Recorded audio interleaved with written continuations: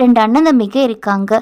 அவங்க அப்பா உயிரோடு இருக்கும்போது சொத்தை பிரித்து தரல. ஆனால் 2 பேரும் சரிபாகமாக எடுத்துக்கோங்கன்னு மட்டும் சொல்லிட்டாரு. அவங்க அப்பா செத்ததுக்கு அப்புறம் இன்னொருத்தவரை ஏமாத்துறாரு. இது அப்பா உயிரோடு இருக்கும்போது நான் வாங்கினது, என்னோட காசு கொடுத்து தான் அப்பா வாங்கினாங்க நிறைய ஏமாத்து வேலை பண்ணி அதிகமான நிலத்தை எல்லாம் அவர் எடுத்துக்கிட்டு பறிப்புக அடைஞ்ச ஒரு வீட்டை மட்டும் இவருக்கு கொடுத்துடுறாரு. இவரும் இவன் ஏமாத்துறான், இவங்கிட்ட போராடி என்ன நடக்க போகுதுன்னு சொல்லிட்டு அதையும் வாங்கிக்கிறாரு. அந்த கரியடைஞ்ச வீடிலேயே மனசுல உறுதியோட அவர் மனைவியோட உதவியால லட்டு போட ஆரம்பிக்கிறாரு. லட்டு பிசினஸ் கொஞ்சம் கொஞ்சமா அவருக்கு கை கொடுக்குது. அந்த ஊர்ல அவரு ஒரு பெரிய மனுஷனா ஆகிறாரு.